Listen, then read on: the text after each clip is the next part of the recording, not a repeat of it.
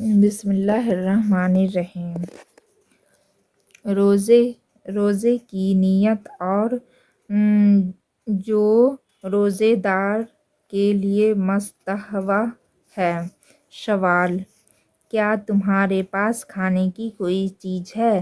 جواب: سیدہ عائشہ رضی اللہ عنہا بیان کرتی ہیں کہ اے روز نبی کریم صلی اللہ علیہ وسلم ہمارے پاس تشریف لائے اور دریافت فرمائے، کیا تمہارے پاس کھانے کی کوئی چیز ہے؟ ہم نے عرض کیا نہیں۔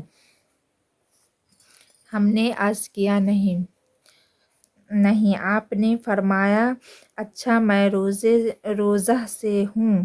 اس کے بعد پھر ایک روزہ تشریف لائے تو ہم نے عرض کیا کہ حلوہ کا تحفہ ہمیں کہیں سے دیا گیا ہے۔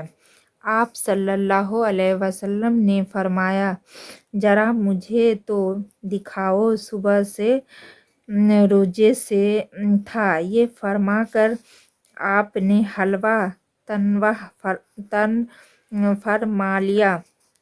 فائدہ: جب نبی صلی اللہ علیہ وسلم نے کھانے کے لیے کوئی چیز نہ پائی تو آپ نے نفل روزے کی نیت کر لی۔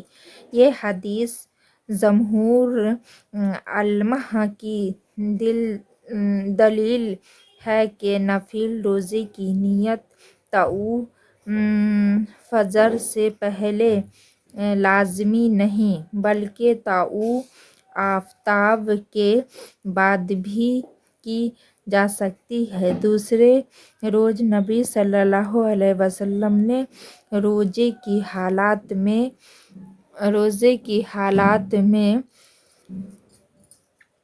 حیض سے تناول فرمایا۔ حیض سے مراد وہ کھانا جو کھجور، مکھن، گھی اور پنیر شامل کر کے تیار کیا گیا ہے۔ جمہور متقدمین اور متاخرین اور امام شافعی اور امام احمد رحمۃ اللہ نے اس حدیث سے یہ دلیل پکڑی کہ نفل روزے رکھنے والا خود مختار ہے، اگر چاہے تو روزہ پورا کرے اور اگر چاہے تو توڑ دے۔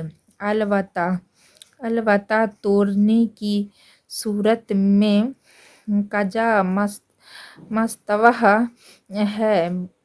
باقی علماء کے نزدیک نفل روزہ توڑنا حرام ہے اور اگر توڑ دیا تو قضا واجب ہے، کیونکہ شروع کرنے کے بعد یہ روزہ قرار پایا گیا اور ارشاد باری تعالیٰ ہے، وَلَا تُبْطِلُوا أَعْمَالَكُمْ، اپنے عملوں کو برباد مت کرو۔ لیکن جمہور علماء کے نزدیک اس آیت کا مطلب ہے کہ اپنے اعمال کو ریاکاری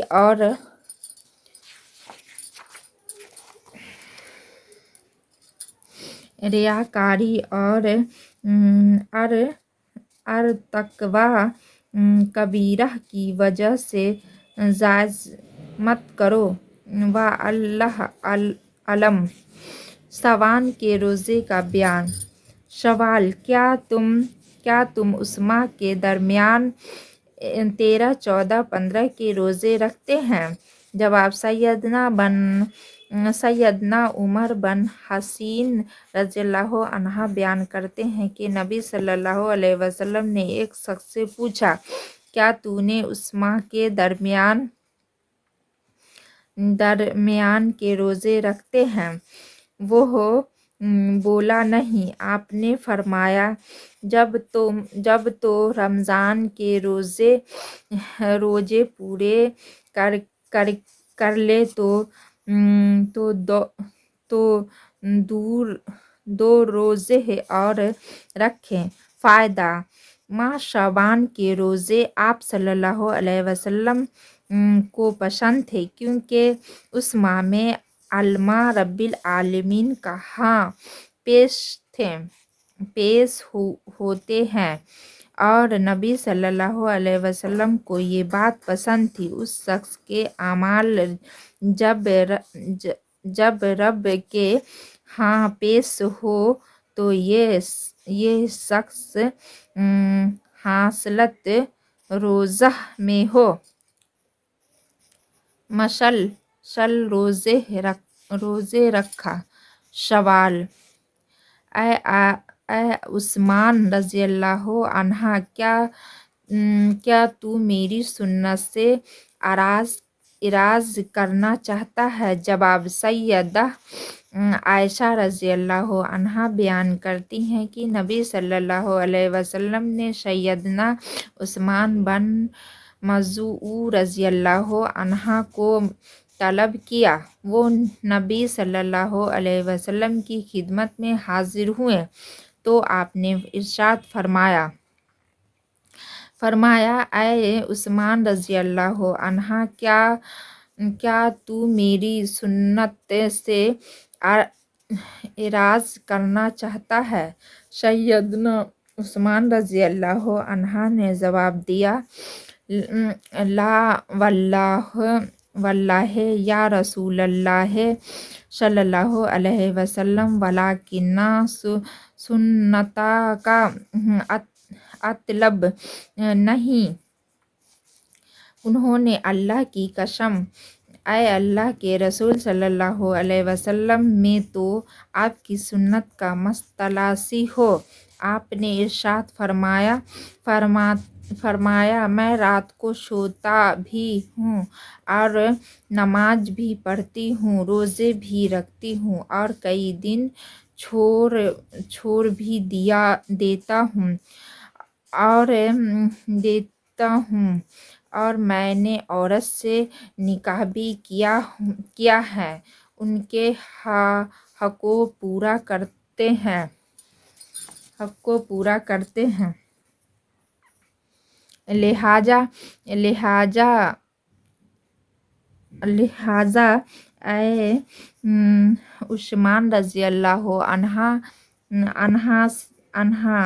اللہ سے ڈرو، کیونکہ تمہارے گھر والوں کا تم پر حق ہے، تمہارے مہمان کا تم پر حق ہے، تمہارے اپنے نفس کا تم پر حق ہے۔ روزہ رکھے بھی اور ترک بھی کرو، رات کو قیام بھی کرو اور نیند بھی پوری کرو۔ فائدہ: سیدنا عثمان بن مظعون رضی اللہ عنہ نبی صلی اللہ علیہ وسلم کے دودھ شریک بھائی ہیں، بڑے عابد زاہد صحابی تھے۔ کثرت عبادت کی وجہ سے آپ نے انہیں میاں نارو کی تلقین فرمائی۔ بعض اہل علم کے نزدیک یہ حدیث اس بات کی دلیل ہے کہ ہمیشہ روزہ رکھنا مگر وہ ہے۔